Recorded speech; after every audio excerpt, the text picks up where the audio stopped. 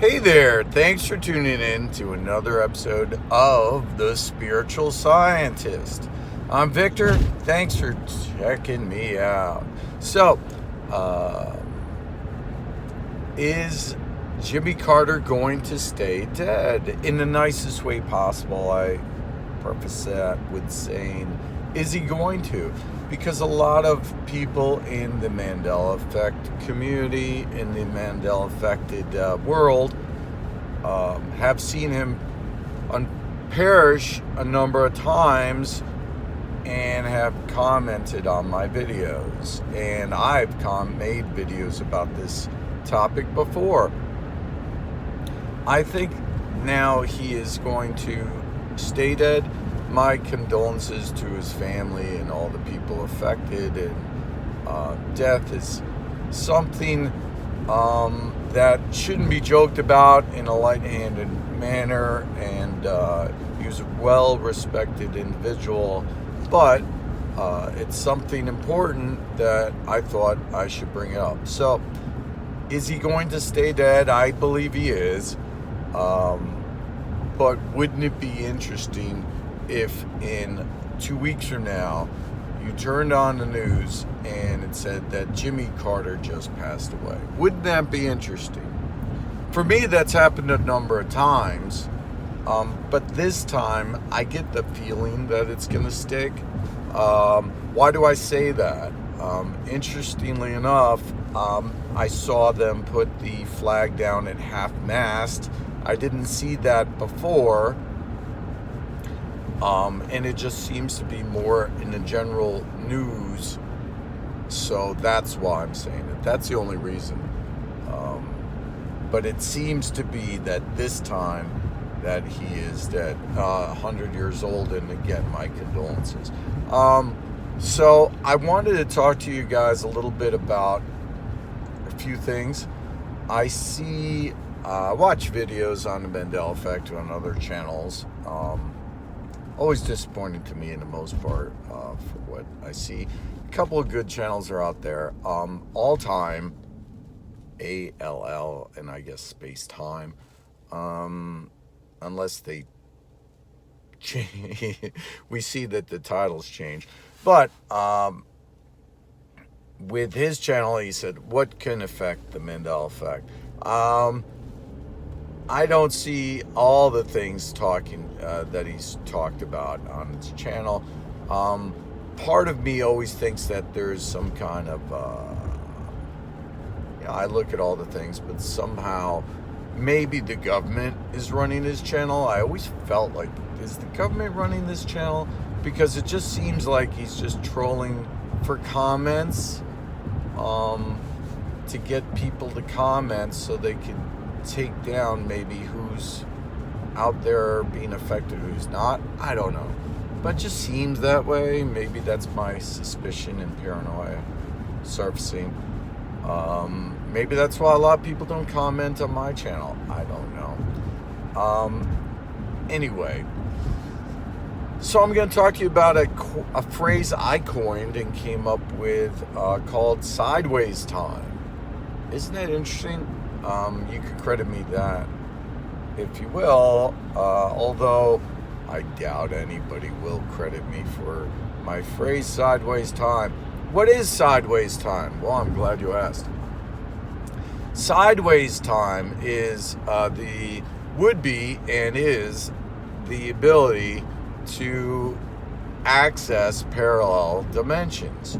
So, if we take Willow, the quantum computer that Google has devised, it's a quantum supercomputer that does all those 8 crazy number calculations per second.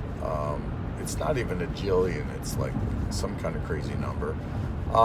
They determined that if they took all the particles in the entire, our reality, entire, not just universes, and converted them all into computers doing calculations, it couldn't calculate as fast as this computer. So the scientists are saying, well, it must be getting its information from somewhere. It must be doing a calculation somewhere, so maybe it's accessing parallel dimensions. Hence the phrase that I just coined, sideways time. So, sideways time would be the ability to look into parallel dimensions and be able on the quantum level to come up with different realistic outcomes for our reality now. So, I've talked way long ago about this kind of stuff, so I thought it'd be apropos to talk about it again. With how would you be able to access time? Well, I'm glad you asked. So with when we have these enlightenment teachers, I don't know if they call themselves that, but I'll use Eckhart Tolle as a for instance, as an example. He wrote a book called The Power of Now. So what is now? A lot of people aren't aware of now. All you hear from, well, I did, not for a while, but all you heard about from enlightenment gurus is, and I try to be one myself, is about sideways time. Not about sideways time. It's about now. So it's about dwelling in the present moment of now. So that would be waking you up, right?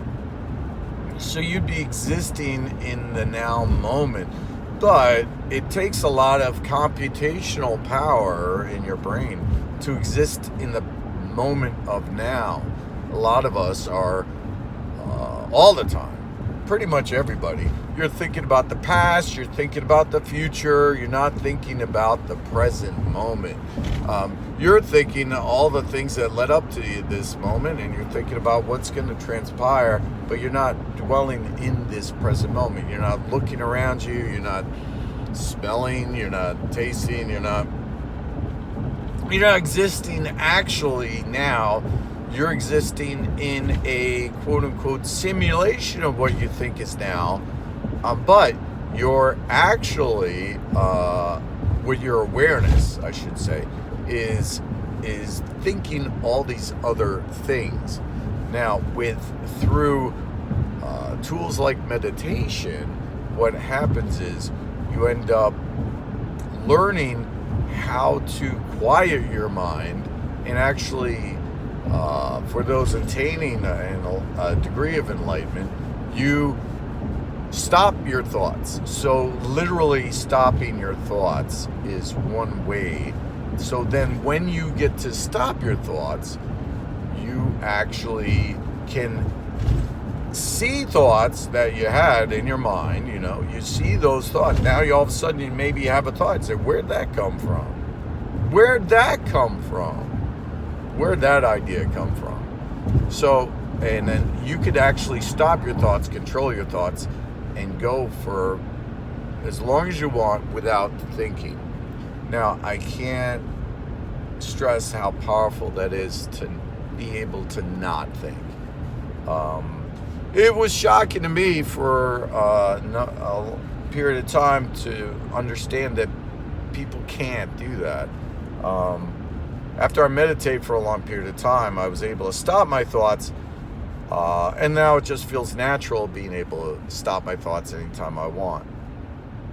Now, I'm using myself as an example, but when you're able to dwell in the present moment of now, my point is that you could see all the different possibilities that this now moment can provide.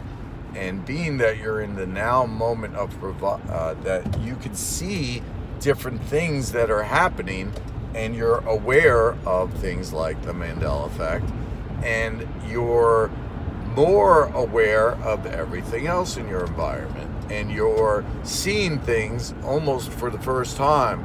It reminds me of The Matrix when they start. If you've not watched the movie, I'm sorry. Sometimes I'll reference that movie and people go, I've never seen it. Anyway, Neo's on the bed, that's slabbed, and they're pulling these acupuncture long needles out of him. He says, why do my eyes hurt? And they say, you've never used them before. So it's the same kind of thing. People have not accessed their eyes before, really. They haven't really looked at things, which is scary. And I said that in a way before. Imagine someone lives their whole life and they die, they're 80 years old, everybody's sad, they come there, and then you just kind of, you think about it and say, that person never really was aware. They never really looked, maybe for a moment, they looked out of their own eyeballs and saw reality, but they always were thinking of how things are and not actually perceiving, is what I'm saying. Now, once you're able, and I have to go in a moment, once you're able to access the now, would be the time when you could be a higher dimensional being and you could access other levels of reality in dimensions, because your mind would be totally silent, and then you're aware of other things. That's my point. Let me know what you think in the comments. Like, subscribe, share. Have a great day. Bye-bye.